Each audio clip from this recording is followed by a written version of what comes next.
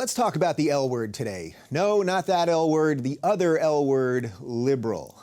I've always considered myself a liberal, probably before I even knew what the word actually meant. As a kid, I remember thinking that liberals were the good guys. Liberals were looking out for other people, liberals wanted a fairer society, and liberals didn't care about race or religion. Before I go any further, you guys know I love definitions, so let's actually define the word liberal according to the Oxford Dictionary. 1, open to new behavior or opinions and willing to discard traditional values. 2, concerned mainly with broadening a person's general knowledge and experience rather than with technical or professional training. All right, being open to new opinions and broadening your knowledge both seem like good ideas, right? With these two definitions in mind, you can understand why liberals have been on the forefront of the civil rights movement, workers' rights, women's rights, and marriage equality. Sometimes to get everyone to a place of equality, you have to throw out the societal norms and be willing to accept a new normal. Conservatives often argue that change isn't good, or at least change that comes too fast isn't. I think in certain cases there can be some truth to that mentality, but if you're the black person sitting in the back of the bus, or a woman trying to vote, or the gay person who can't get married, change can't happen soon enough. I mention all this because I don't want to lose my cred as a real liberal. Since I've had some conservative guests on the Rubin Report, I've seen people suddenly calling me a conservative or claiming that I'm a Republican. As I've mentioned before, I've never voted for a Republican for any major office, so if I'm a Republican, I'm a pretty bad one. Just because I talk to Ben Shapiro or Milo Yiannopoulos or Yaron Brook of the Ayn Rand Institute doesn't mean I share any or all of their beliefs. And that's exactly the same as when I talk to left-leaning guests like Jimmy Dore or Reva Martin, or my guest this week, John Fugelsang. I listen to people, push back when I see fit, and see where the conversation goes. I know some of you want me to electrocute my guests every time they say something I disagree with, but there's a litany of legal reasons we just can't do that. But beyond the legal reasons, I'm a firm believer that good ideas always beat out bad ideas if you let the light shine on both of them. It's not liberal or even decent to shout down or silence ideas just because you don't like them. That has been and always will be the driving force behind the Rubin Report. I view liberal thinking and liberal ideas as generally good. Over the past few months, as I've explored classical liberalism with its focus on civil liberties and economic freedom, I've come to realize in many cases liberal ideas aren't that far from libertarian ideas. You can make excellent arguments for racial equality, gender equality, and marriage equality, all from both liberal and libertarian points of view.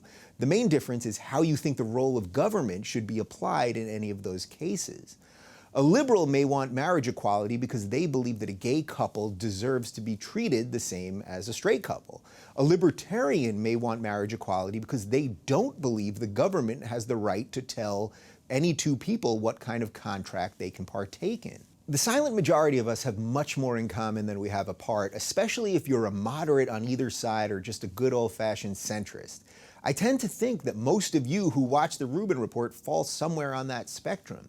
I don't pretend to have every answer because it's preposterous to do so. Unfortunately, not having an answer doesn't stop most talking heads. I prefer to analyze each situation with the same level of critical thinking that I apply to the rest of my life. Unfortunately, many liberals have taken a turn into stifling dissent with cries of racism and bigotry every time they hear an idea that they don't like. To me, being liberal is a constant evolution of ideas as time goes on. This concept doesn't mean changing my ideals or my morals from day to day, but it means that I can change as the world changes. I see the world in shades of gray rather than black and white. The world is constantly changing, and I'm not ashamed to admit that my opinions have changed along with it. That isn't the position of a man without conviction, it's a position of a man with a conscience. As liberals, we must be brave enough to have our ideas challenged, just like we challenge the ideas that came before us. At the end of the day, this isn't about right and wrong, it's about having the bravery to defend your ideals. So to my liberal friends who have chosen censorship over ideas and smearing over debate, I challenge you to be brave. If our ideas are good and our cause is just, we shouldn't be afraid to defend them. John Fugelsang is a comedian, host of Tell Me Everything on SiriusXM Insight, and a good buddy of mine. John, it took a while, but we've got you on the show. Thank you very much, Dave. It's a pleasure to be back on your show. We really should have recorded what happened for these last 6 or 8 minutes because we had... I think it's pretty good for your viewers you didn't record what just happened for the last 8 minutes. We had a little miscommunication whether we were doing this at 11:30 a.m. or p.m. Long story short, we just followed you as you ran across the SiriusXM hallway with your laptop screaming like a crazy person. Well, the good news is my evening is now free. I thought we were taping. I thought you were taping at 5:30 p.m. your time, or 8:30 p.m. your time. So I apologize for the poor grasp of the details. But my defense is that I went to public school. Thank you. I'm bringing you on to defend liberalism, to defend the left, and we've already had a time problem, which has set us up here. But first, before we get into anything, so you are at SiriusXM, that's where your show is. You actually tape your show out of my old studio. Is that correct? Oh, no, it's not. When I first met you, it was a very different studio, and I was doing it from, they just moved us to another one, and they're remodeling here. So, but many times I have done pre-tape interviews in your old studio, and I always think of you, and I always scour the room for, narcotics you might have left behind. Do you dedicate each show to me? I hope so. In my heart, I do, Dave. In my heart, I do. All right. Well, let's get to it here because you are one of my favorite comics. You're actually one of the only guys that can drag me to do stand-up. Pretty much the only time I do stand-up these days is when you say, all right, I'm in town and I'm doing one of my shows, and you do these great Comedy Nation shows that are mostly about politics and free speech and religion. I mean, all the things that I like talking about. So before we get into comedy, let's just talk about your history because you have an incredible upbringing, your parents' background. Go. Fugelsang 101. Let's go. Oh, my. Where to begin? Start at the beginning. I'm an actor. I'm a stand-up. I'm a broadcaster. I come from a curiously Catholic background. My parents are both former Catholic clergy members, my father being a Franciscan brother, my mother being a nun who spent many years as a nurse working with lepers in the jungles of Malawi, Africa. With a background like that, I could never afford the therapy I actually needed, so I got into theater and stand-up. And over the course of my career, I've hosted adult literacy shows for PBS. I've been murdered on CSI. I've gotten Drama League nominations for off-Broadway solo shows. I've worked on MSNBC, Fox News, and CNN. I hosted my own program for the late lamented Current channel. I once got Mitt Romney's advisor to call Mitt an Etch-a-Sketch. And I once got George Harrison to play his final on-camera performance. And I hosted America's Funniest Home Videos with Daisy Fuentes. So yeah, it's a pretty schizophrenic resume, but that's kind of how. Not many people can say they replaced Bob Saget, but you did. Oh, I could never replace Bob Saget, and even his wife agreed with that. But I was happy to take over for the show for a little. It was only going to be for like 6 weeks, and it wound up being a year and a half. So it was a fun little gig, and it taught me that that wasn't what I needed to do. Yeah. So I like doing a little bit of the pedigree stuff because it's important to know, I feel like there's so many talking heads and nobody knows what their backgrounds are, what they studied, where they came from. And it's nice knowing that. So this religious upbringing that you had, when did you sort of realize, as you said, you couldn't afford therapy, so you went into acting and comedy. When did you realize that maybe some of the constructs of religion weren't for you? That's a great question because I think that we, one thing that we don't talk about too much is the separation of church and faith. The fact that religion and belief are two completely different things. And religion is a culture of middlemen, whereas faith is just between the believer and the deity of their choice. I always had problems with religion, even when I was devout. And it wasn't until I went to college in NYU at the NYU Catholic Center.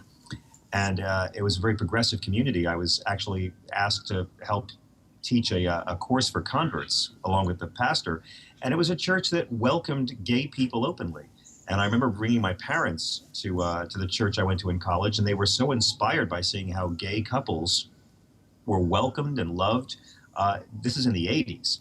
That kind of made me realize, well, that's not the usual policy for this unauthorized fan club of Jesus.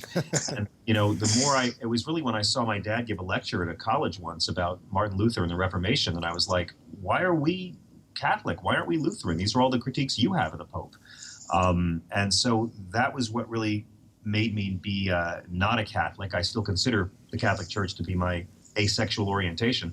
But over the years, I found the farther I got away from organized religion, the more interested in theology and faith I got. And so now I get to alienate everybody because half of them are an atheist and half of them think I'm a cult member. Right. So you're making a really interesting distinction there. So you're not into organized religion as it stands, but you are a believer, correct? Yeah, I'm a believer, sure. But I don't think God's an invisible man with a beard and a penis in the sky who throws down lightning bolts when he's in a moody situation. You read the Old Testament, it's like the alcoholic stepgod. And, you know, it's like this big cosmic game of candid camera and God's Alan Funt. So, yeah, I make a distinction. I was asked to go on Kamau Bell's show and debate Jamie Kilstein about atheism versus belief. And I was like, well, I'll never tell an atheist they're wrong. My definition of faith doesn't involve telling other people that they're wrong. When I got to the studio, they wanted me to defend religion. And I'm like, no. Right. I'll defend anyone's right to worship, and as long as you're not bothering anybody else's person or property or putting somebody down in the name of Jesus, then good for you. God bless. Find the fan club that works for you. But I'm not going to defend religion. I'm going to defend faith and belief. And they were like, well, no, don't do that. Just. I said, I'm sorry, I can't. And so Jamie and I just told jokes, and it got 1 million hits on YouTube because I think people are really tired of the whole "my God can beat up your God" thing. Some of the best Christians I know are atheists. Some of the most godless heathens I know are Christians. Right. And even atheists can go crazy, you know? I mean, Sure. There's fundamentalist atheists. I mean, I love the Atheist Handbook. It's a great set of rules for people who are tired of religion's set of rules. Yeah. For me, it's like, you know, my faith is such that you believe what you want to believe if it makes you a better person. The Dalai Lama said the purpose of religion is to improve yourself, not criticize others. And that's kind of where I come from.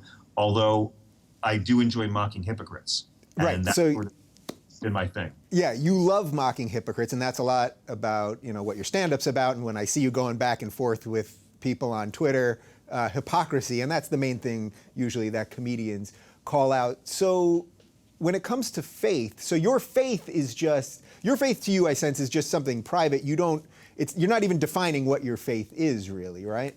No, I'm not. I mean, if anyone wants to talk to me about it, I will. But generally, my faith is such that I don't pretend to know all the answers. And they often say the opposite of faith is doubt. I think that's rubbish. I think doubt is an integral part of faith. The opposite of faith is certainty.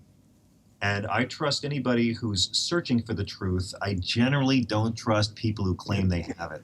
Right. So it's interesting because me and you were sort of splitting hairs on this. I would say I'm not a believer. I wouldn't believe in something without evidence. But that said, I don't mind. I know a lot of atheists don't like religious people or think that they're really just diluted or whatever it is. And to me, I would go with sort of what you just said, which is I don't mind if someone's religious because I won't pretend to be more moral than anyone or living somehow a better life than anyone else.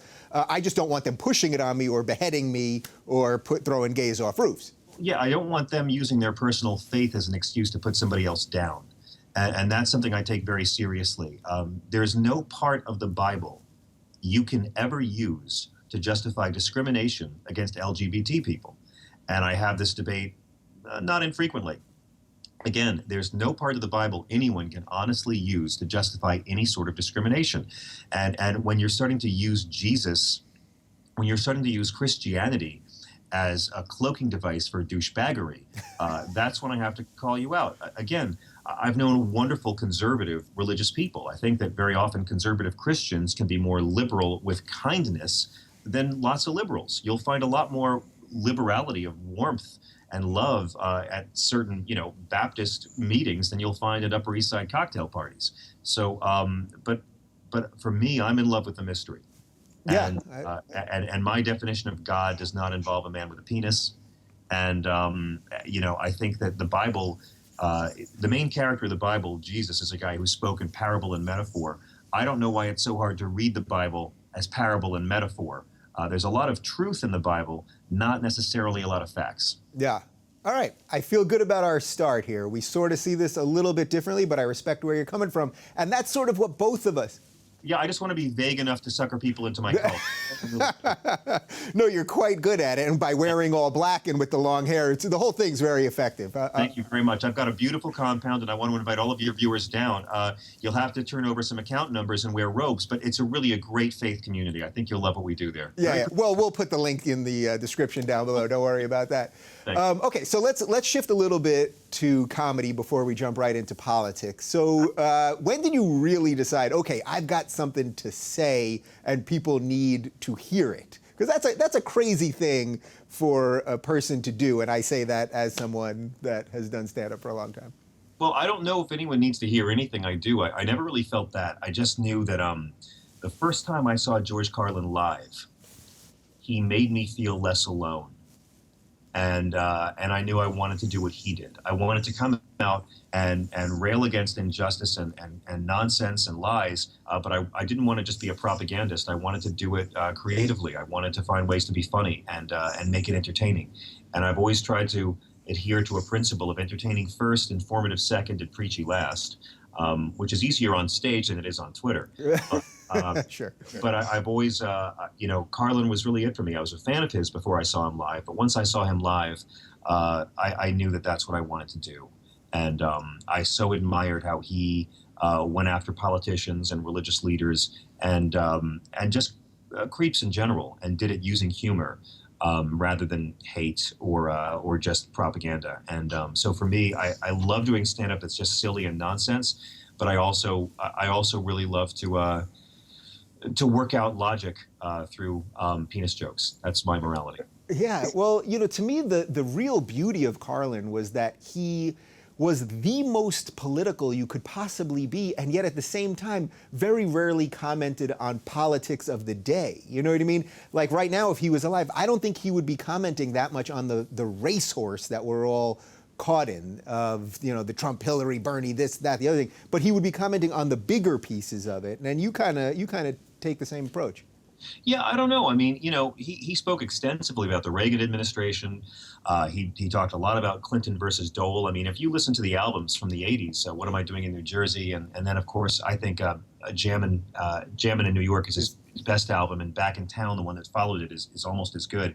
I think he would have flip-flopped the two. But even like You Are All Diseased was an album where he talked about Bush and he talked a lot about supporting Governor Bush after 9/11, even though he didn't like him. He would only call him Governor Bush. I mean, Carlin, right.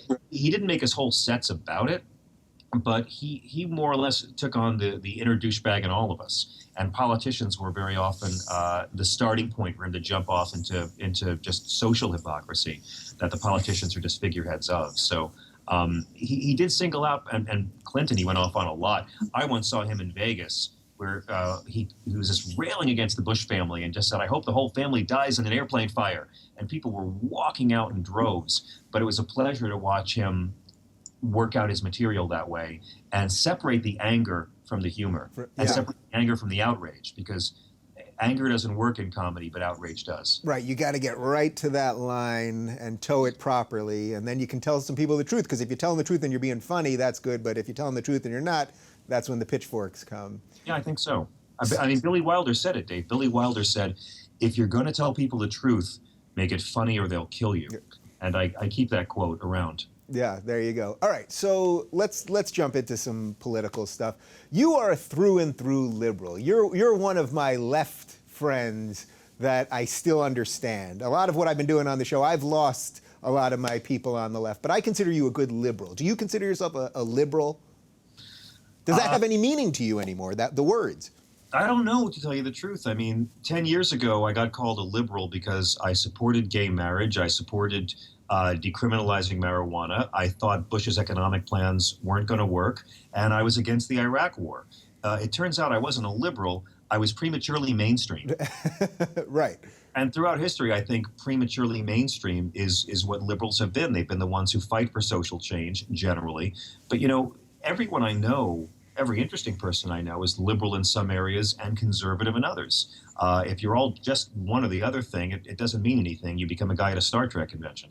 So I I get asked this question, and I don't really know what liberal means anymore, but when I read the dictionary definition of the word, I aspire to be that. Like I was on this show on Fox News, and they kept trying to get me to admit I was a liberal, and I said I aspire to be a liberal the same way I aspire to be a Christian.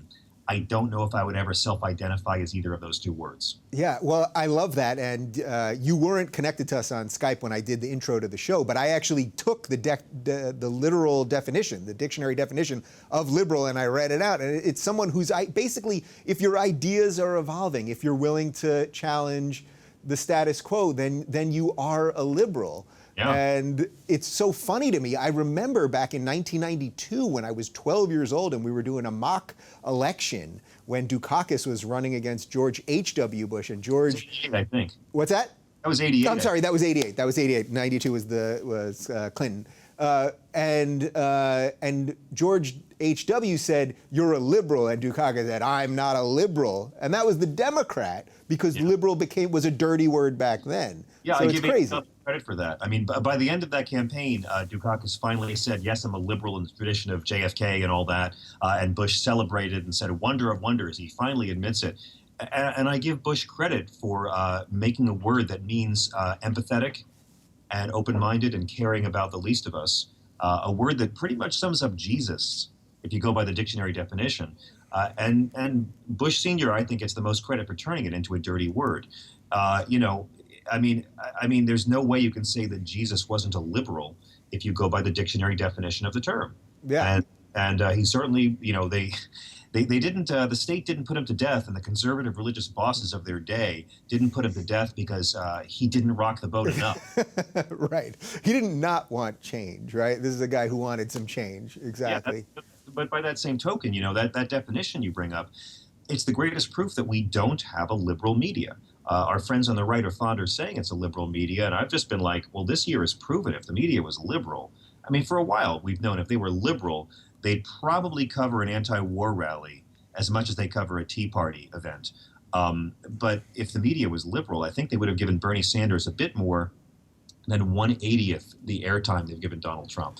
The media is profit-driven. There are a lot of liberals who work in the media, but the media itself is ratings-driven. It's profit-driven. That's not necessarily a bad thing. That's just how it is. And a lot of liberals and conservatives can't admit that. Right. So I love that you made that point, because, yes, it's profit-driven and people want clicks and people want views. We all understand that. I don't know what a better model would be. I don't know that the government coming in and saying everyone should have exactly equal time. I don't know that that really makes sense. I'm not a huge government guy, so I don't really love that. And at the end of the day, if more people are watching Trump and he's just using the system, it's kind of shitty, but it's sort of where we're at. Like, what else can we do? We could restore the fairness doctrine. We could have more than one PBS, and we could have a PBS for liberals and a PBS for conservatives. I think we could have presidential debates every week on PBS. Where it's not about profit. I don't resent a corporate media from having to be responsible to their shareholders. That's just how the culture and the industry has evolved. Once you can admit that, Donald Trump seems to think that all this ratings and all this airtime mean people love him. What Trump, and I think a lot of folks in the media haven't realized, is a lot of these ratings that Trump generates is because a large number of people are actually hate watching him. He is the True Detective season 2 of politics. And a lot of people just keep on watching, to see how horrible he is, the way you slow down for a car wreck. I don't think that necessarily translates into love. I stopped watching True Detective season 2 after one episode. Unfortunately, the country hasn't quite caught up to me on that. And I stay to the bitter end like a Kennedy wife. And let me tell you, I'll never get those 10 hours back. But, I do think that MSNBC is doing great in their ratings now, but I think it may be because people are just fascinated that this Trump thing is actually happening. I mean, as a novelty act, historically, it's never happened before. It'll probably never happen again. And so in that sense, I think it's newsworthy in much the same way I think the Malaysian plane going missing or the OJ case was newsworthy. These are things that have never happened before. And I really begrudge the population for leaning in to watch a spectacle that our grandparents couldn't have imagined. Yeah.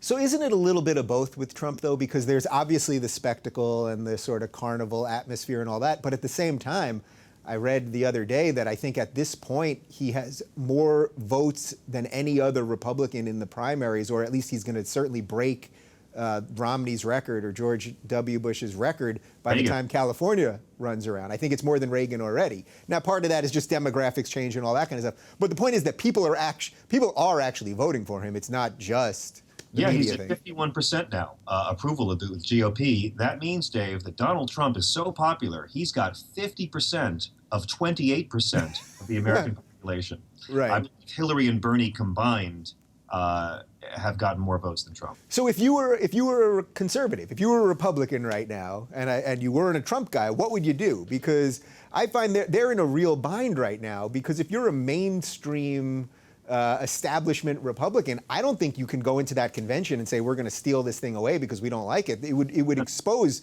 such a horrible flaw in the system and really be undemocratic. And at the same time, they're giving up their party. But I think they've already exposed that. I mean, I don't believe the Republican Party is against government at all. Government is how, in my lifetime, they've redistributed wealth to the top 2%. They don't dislike government, they dislike democracy. And we've seen it time and time again. Look at these ridiculous voter ID laws that as soon as the Supreme Court removed the pre-clearance regulations in 2013, these voter ID laws go up all over the place because they want as low a turnout as possible. We know they don't care about the will of the people based on Bush v. Gore. We know that they don't care about democracy. But government, they're not really against that. Yeah. Would you be for just like a basic voter ID registration thing, just that you just have to have some level of identification, some government issued identification? Because I get you on that, but I don't think you should just be able to walk in with nothing and just sign. Well, if you've registered, your name is on a registry when you go in to vote. Right, but shouldn't you have to prove that you are that person? It shows up and votes in your place. You know, the fact is, you're going to say that this is a right unless you get a photo ID, and many of these photo IDs you have to pay fees to get. So in reality, that's a poll tax.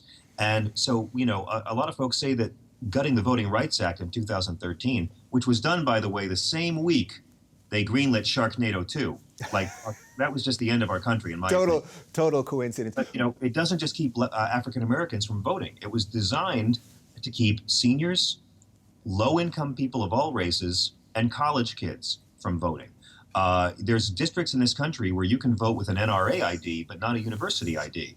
And the right-wing response to that is, well, yeah, but foreigners can get college IDs. Well, yes, Skeeter, but foreigners can't register to vote. So that's not a problem. More people are killed by televisions every year than vote illegally. The New York Times did an extensive study and found that out of over 1 billion votes cast, far less than 1% were fraudulently cast. There's voter registration fraud.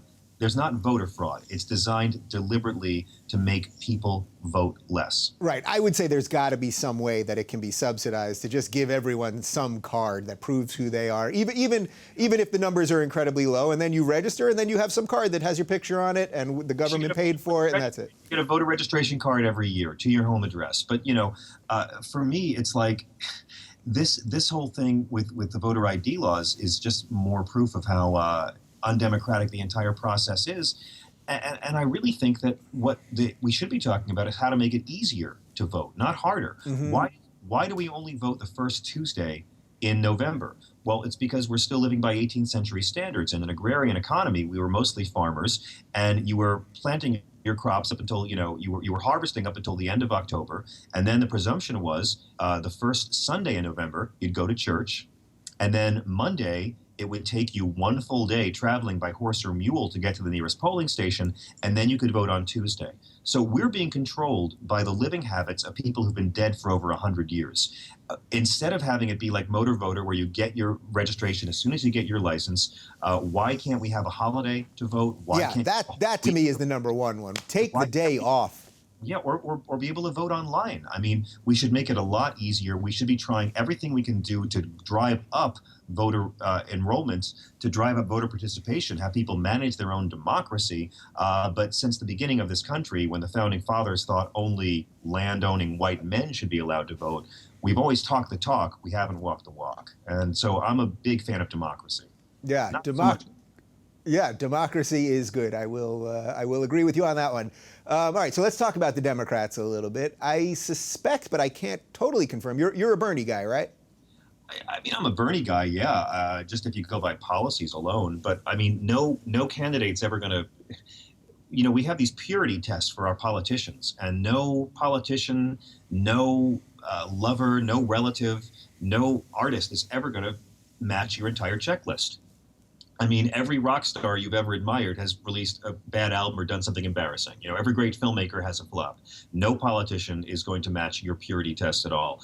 And I see the Democratic Party, which I'm not a member of. I'm independent. I always have been. Mm-hmm. I'm not a Democrat. Republicans generally force me to vote that way. But I see this civil war where it's like, mom's friends fighting with grandpa's friends, and it's so ugly. I don't want to watch Margaret Thatcher beat up Five-ish Finkel in a cage match. This civil war of the left is the most depressing thing about a generally depressing election year.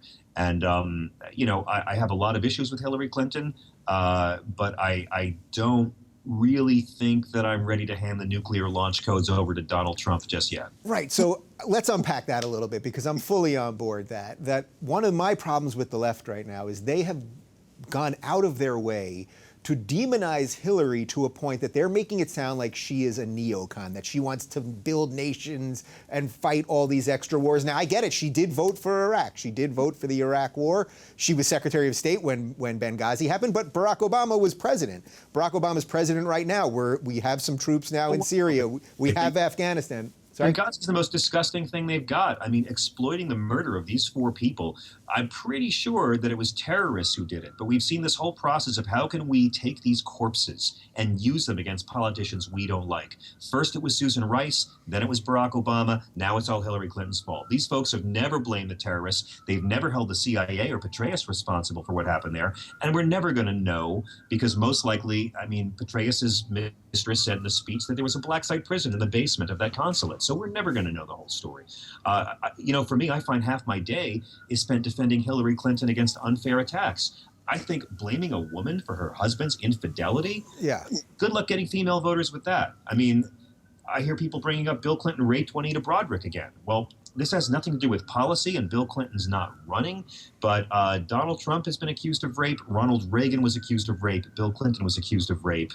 What are we going to do?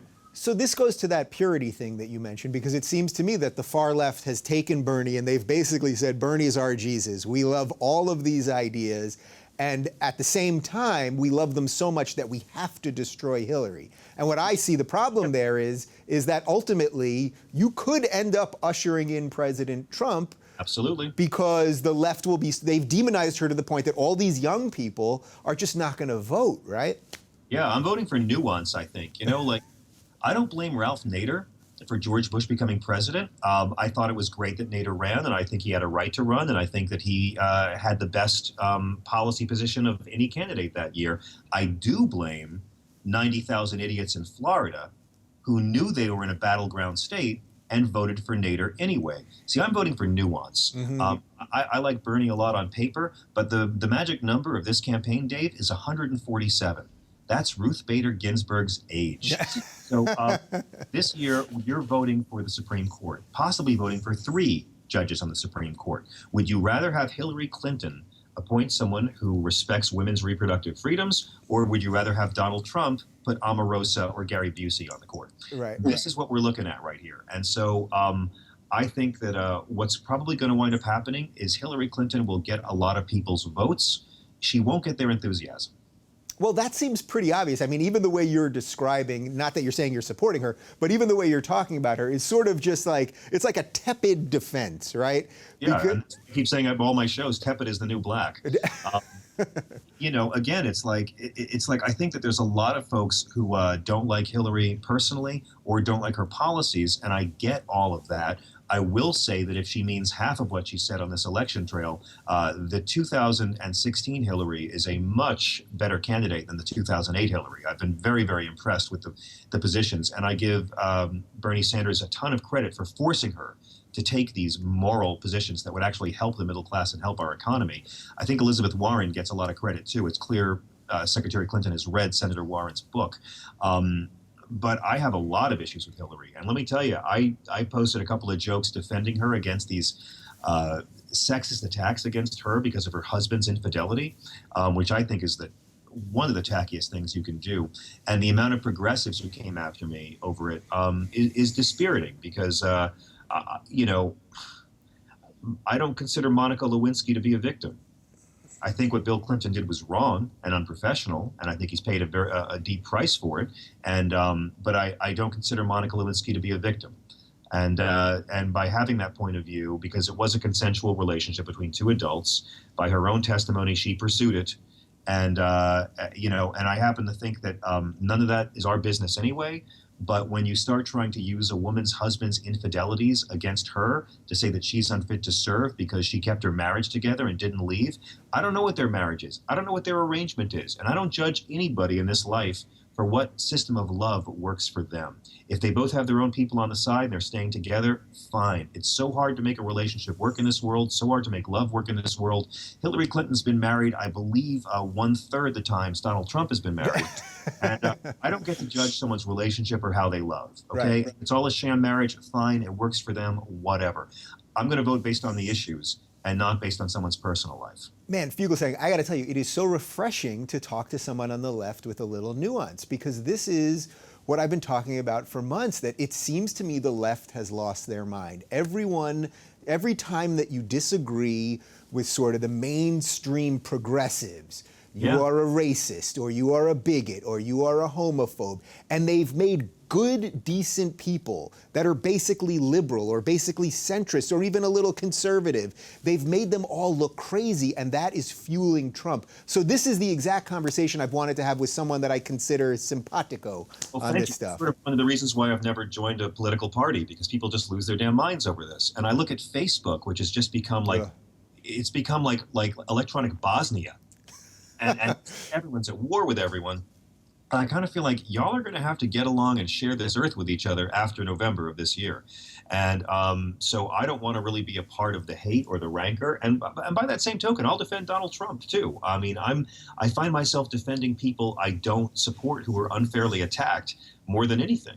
And it's really depressing, but it kind of shows how we got where we are. By that same token, the very fact that Bernie Sanders can go this far in a campaign, I mean, he packed in 20,000 in a stadium in California, in Sacramento last night, with 10,000 outside. Of course, the media didn't cover this. But the very fact that a Jewish, self-described democratic socialist can do that well in this day and age shows the power of the internet and online social media, and it shows how far we come as a people. I mean, the strides LGBT people have made in my lifetime, from when I was a teenager moving to New York in the 80s and seeing the beginning of AIDS activism, to a sitting president endorsing marriage equality during a heated re-election battle.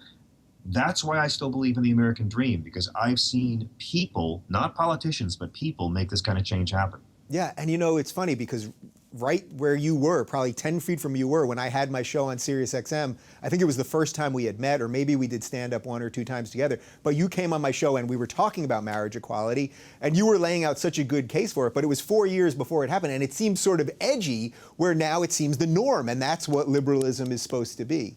Sure. I mean, look, it was liberals in the Republican Party who ended slavery, right? I mean, it was, liberals of both parties who fought for civil rights. It was conservatives of both parties who fought against the civil rights movement.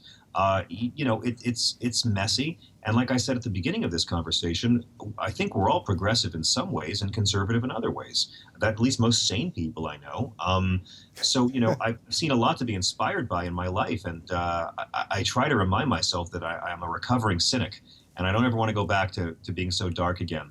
And I'm catching a lot of heat for it because, in talking about Donald Trump, who is not a conservative Republican. He's just not. He's a horrible human being. But if you had ever told me, Dave Rubin, if you had ever told me that there'd be a guy on stage at a Republican presidential debate saying that Bush lied us into war, saying that Planned Parenthood does a lot of good things for women, saying that that hedge fund managers and billionaires like himself should be taxed more, I wouldn't have believed it. I mean, Grover Norquist is clutching his pearls. And a lot of this, but again, the Third Reich did the same thing.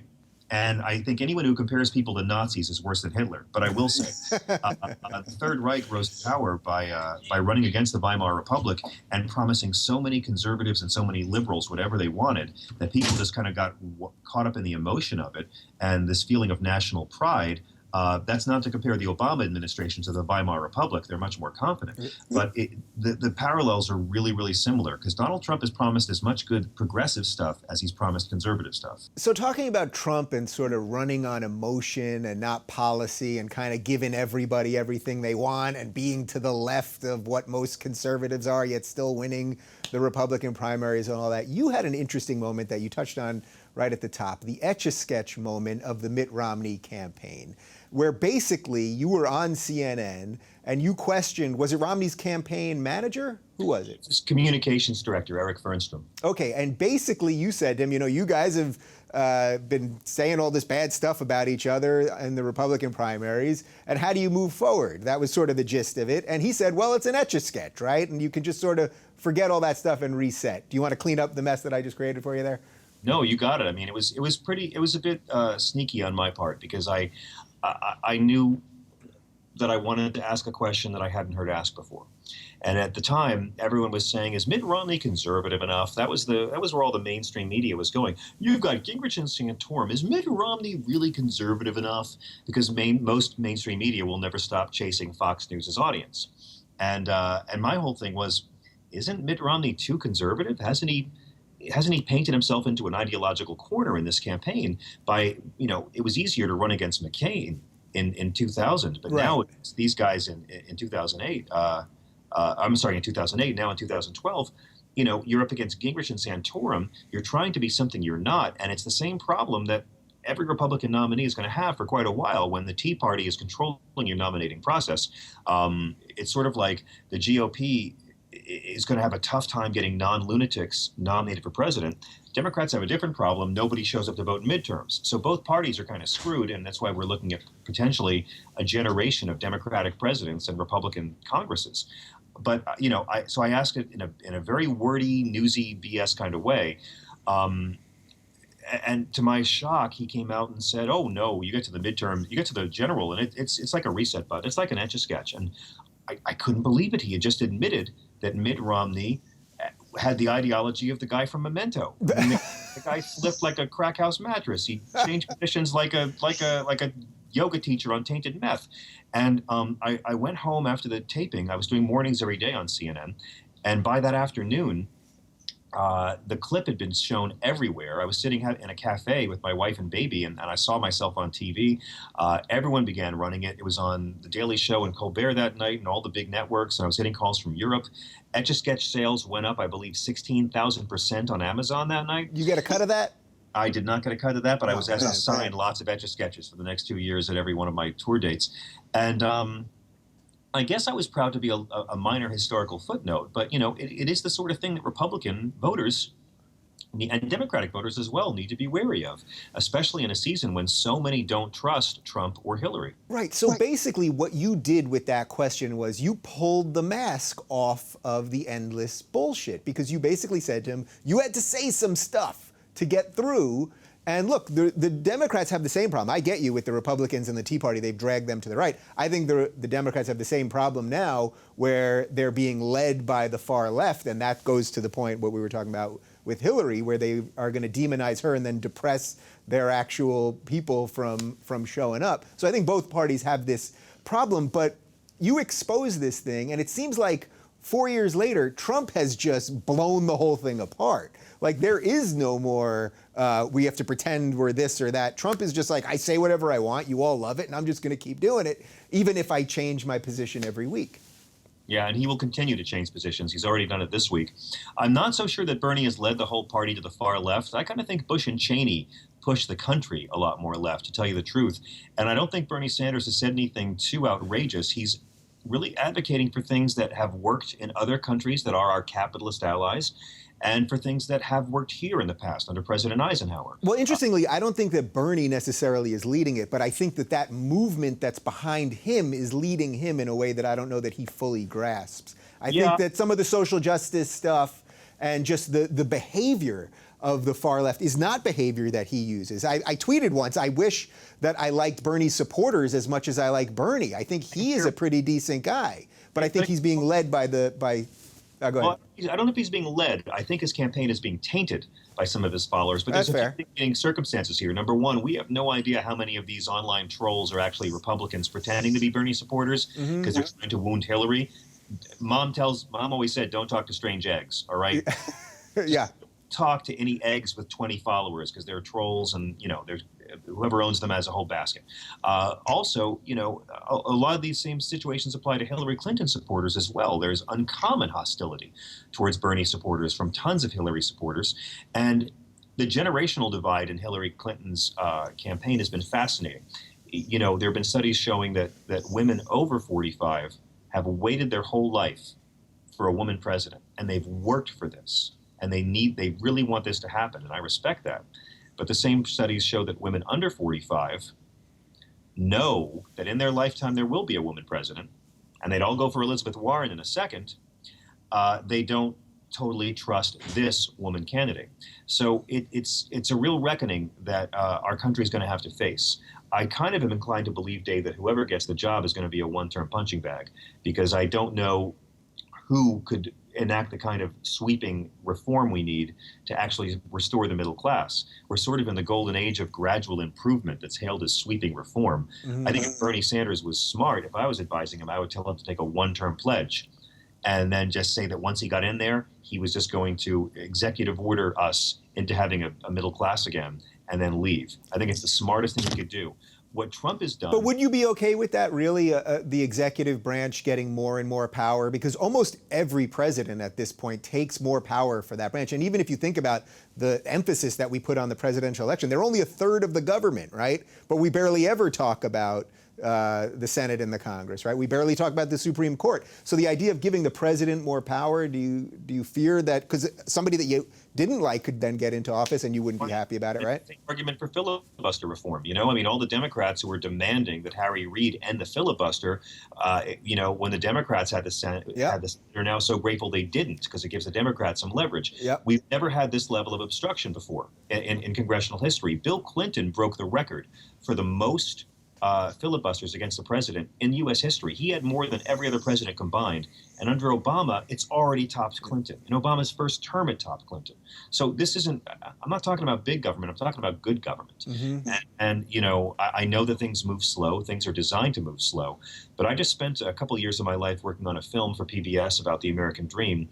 We retraced Alexis de Tocqueville's journey in 1831 and interviewed over 200 people in 55 cities and 17 states about what the American dream was and what it is now.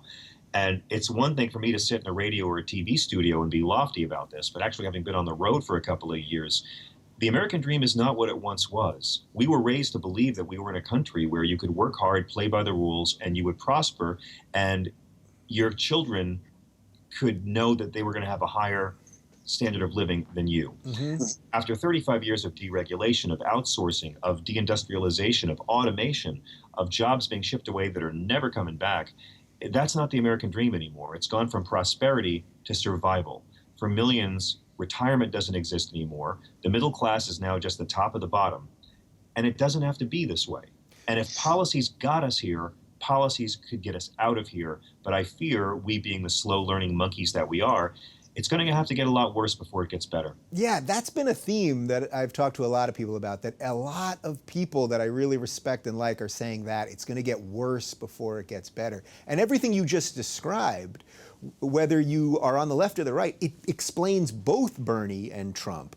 Because it's about people are voting, or at least expressing themselves about the broken system, not the policies. That's why it doesn't matter what Trump says. He's just saying something. And for the Bernie people, it doesn't matter whether the president actually has the authority to do these things and change the banking system the way he wants to, and all of this stuff, and the minimum wage thing, which the president can't just do with a pen. It's a presidential candidate talking about it as a platform position. So it's just, if you vote for that, it's the American people saying that's what we want. But we know that the government doesn't care about democracy. Go back to Obama. Look what the American people voted for twice. Closing Gitmo. The American people voted for a public option. The American people voted for higher taxes on the wealthy. Obama had to wait until he was elected twice before he could just restore tax codes to Clinton levels.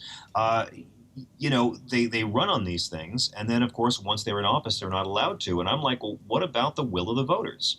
So that does come into it. In the case of Trump, it's fascinating because he's proved once and for all that nobody hates Republican politicians more than Republican primary voters. Right, and there's something sort of beautiful about that. That's why I'm conflicted about the whole thing, because it's like, I don't like the idea of this person that I don't know really what he believes in and is using the media in such a crass and sort of dishonest way. And then at the same time, all of these leaders, I wasn't a fan of any of the mainstream Republicans beforehand, so watching them all kind of crumble and watching all the talking heads on all the cable news networks, watching the same people who got everything wrong 6 months ago, now they're afraid, right? You can see fear in them. When I watch them on, I watch them on CNN and I go, man, you could tell they're afraid for their jobs now because they've all been phoning it in for years for the system.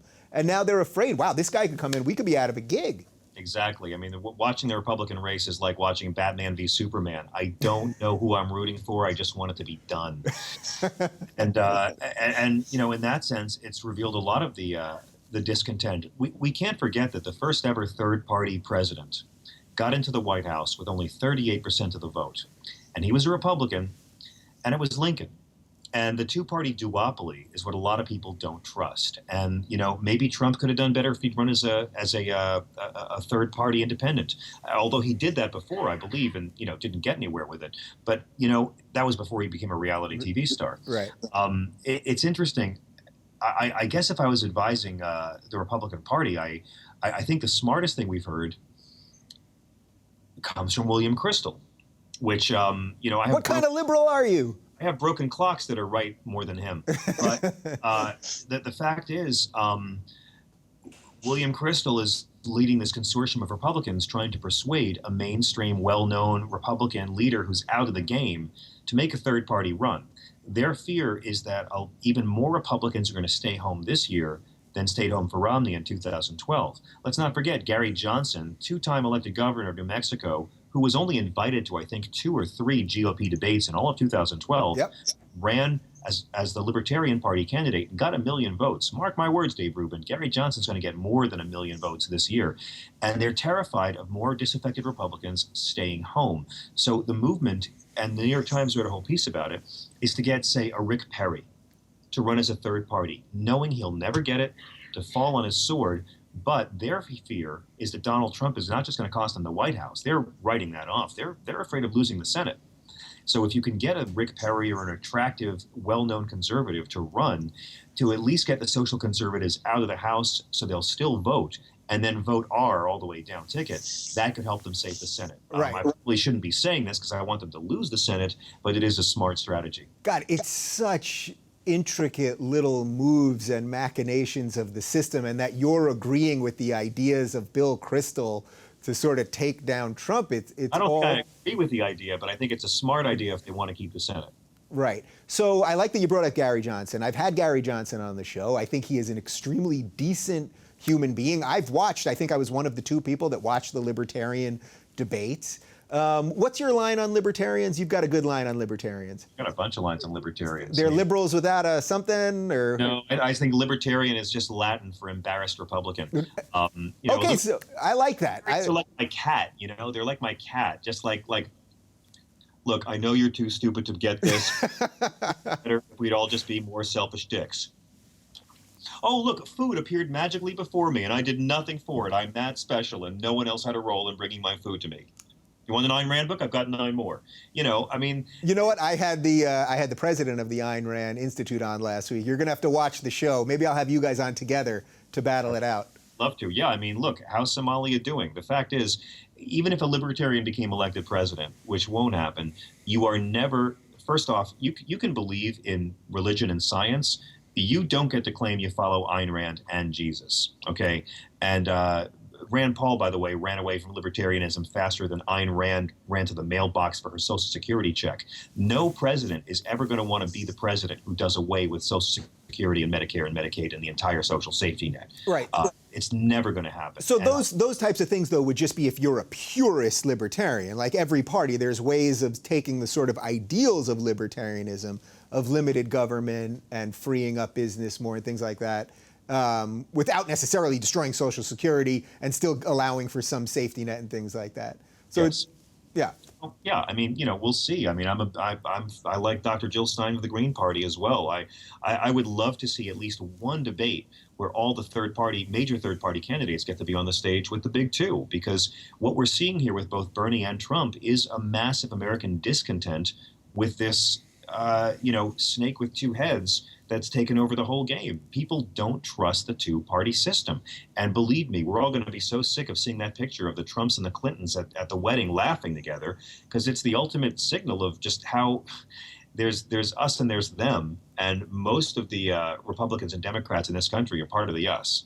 Yeah, well, that's also why, I had Gary Johnson on the show, but I've tweeted several times and I've tried to put the message out there that even if you don't love this guy, even if this isn't your guy, if you guys get him to 15% once the general election is on, they have to put him in the debate. So it's probably not going to happen for Jill Stein because she's run, 72 times already? But Gary Johnson, I think this year, what? Once before she's run. Only once before, okay, 172, whatever it is. But Gary Johnson, I do think there's such discontent that there's a chance that at some point they could just get him to 15% and they'd have to throw another voice in there. So I'm not even making it about him as much as just give us another voice, give us another option. Someone, let us hear another idea. Honestly, if the DNC wasn't walking around in clown shoes, they would pour a lot of money into the Right to Life Party, because there's so many social conservatives who only vote for the Republican Party because of the abortion issue. The Republican Party will never allow abortion to become illegal. It is their #1 fundraising tool, and trust me, as long as politicians have mistresses, abortion will remain legal in this country. And I could talk about that issue all day long, but, to me, why more conservatives don't bail on the Republican Party and go ahead and vote right to life if you're already a single-issue voter, and, by the way, a grotesque hypocrite, because Jesus spoke out against the death penalty, never mentioned abortion, and God's technically the least pro-life character in the Bible, but that's a whole other matter. Right. To me, the Bush family was never against abortion rights. Never against abortion. And Donald Trump's not against abortion. Of course not. So, they put on this charade, they shuffle it around, and these social conservatives, Alabama keeps voting for these people over and over and over again, and nothing changes. Howard Dean was really smart with the 50-state strategy when he ran the DNC, and a smart, charismatic Democrat would try to make inroads down there. Trust me, if social conservatives who watch Fox News could hear a Bernie Sanders speech unedited, they'd find themselves nodding every bit as much as they did with Trump. Only with Bernie, it's policy. With Trump, it's just personality. So how much of this, when we talk about the personality thing, that I really believe this election is going to be won on the personality thing and not on substance in any way, how much of this is just the times we live in? It's just that we're all at Twitter expressing ourselves all the time. It's all that everyone's on Facebook posting articles and fighting with people and banning people and muting people. How much is just noise? Do you have trouble, when you're doing your show even, sort of separating the noise from what's actually real? Yeah, but I think that's nothing new. Look back to how vicious Jefferson Adams were against each other in the press. Adams called out Jefferson for selling his own children into slavery 200 years ago. Lincoln was so despised. Roosevelt and Eleanor were as hated as the Clintons are. All of this rancor is really nothing new for our country or our species. And I think that, like George Carlin said, when you're born, you get a free ticket to the freak show. The trick is to not grow up and join the freak show. And so, there's a lot of folks who are going to have to patch up a lot of friendships once this campaign is over. And, I appreciate my conservative and progressive brothers and sisters who are able to talk about this stuff like grown-ups and not let hate get in the way. Yeah, there's not many of us, though. Or I guess there are, but we're the silent majority. That's what I said at the top of the show, that I think actually most people don't feel like you have to have a political purity test to be friends with someone. But there do seem to be sides that want that to be. And I think actually most people are willing to do this and say, all right, Fugelsang said a couple things that I agree with, and Rubin said a couple things I agree with, and that's all right. And that's the point. I think you're right. So we've only got a couple minutes left. Who do you think's doing it better than us? Is there a country that you look at right now? Because, Europe's got a whole slew of other problems. Western Europe and Eastern Europe, there's all over the world. Everyone's got problems. Is there any system that you could go, those guys, that's the way we should be doing it? Well, sure. There's a lot of people who are doing the American dream has become the Scandinavian dream. And those are capitalist societies with strong safety nets where you pay higher taxes, but you get stuff for your taxes. Here, we think we pay low taxes, but we pay high fees for everything else. Yeah, you might pay lower taxes than our European friends, but then you're paying for your health care, you're paying for your senior care, you're paying for your college loans for the rest of your life. Michael Moore is coming on my show today here at SiriusXM, and I highly recommend his new film. Nobody saw it. It's called Where to Invade Next, and the idea of it is him going to different countries and stealing their good ideas and claiming it for America, because these other countries do the American dream better than we do. There's still upward mobility in these nations, Finland and Sweden, and of course Denmark, which is considered the happiest country in the world. I believe in America, though. I'm not going to abandon this country for another one, and I'm going to stick around here and fight for decency and love and common sense. I was going to ask you another question, but that's kind of a pretty decent way to end the show, Johnny. Well, thank you, Dave. It's a pleasure to be here. I hope it wasn't. I'll bring lots of dick jokes next time, I promise. Yeah, next time we'll work blue, and I look forward to coming on your show again. And you, as I said at the top, you are the one that drags me to stand up. I need to be doing more stand up. So you should be doing more stand up, Dave. You're really good on stage. You should be doing a lot more of it. We need your voice out there in the theaters as well as on the air. Well, that's exactly how I feel about you. So I want to thank my guest, John Fugelsang, for joining me on the show today. You can hear more of John on Tell Me Everything every Monday through Friday from 2 to 5 p.m. Eastern on SiriusXM Insight, channel 121. Johnny, thank you for doing this. And next time we'll get the Skype times right and we'll work it all out. And you'll be in a fancy studio and you'll look great and all that good stuff. I appreciate it. I'm also on the road touring across the country right now. I've just made my 21st out-of-state trip in 2016 already. I want to thank you and the entire team that puts your show together. I love what you do. I love the show. It's great to see what you're doing out there, and I think that you're an important voice, and I just want to give my respect to everyone who works to make your show happen.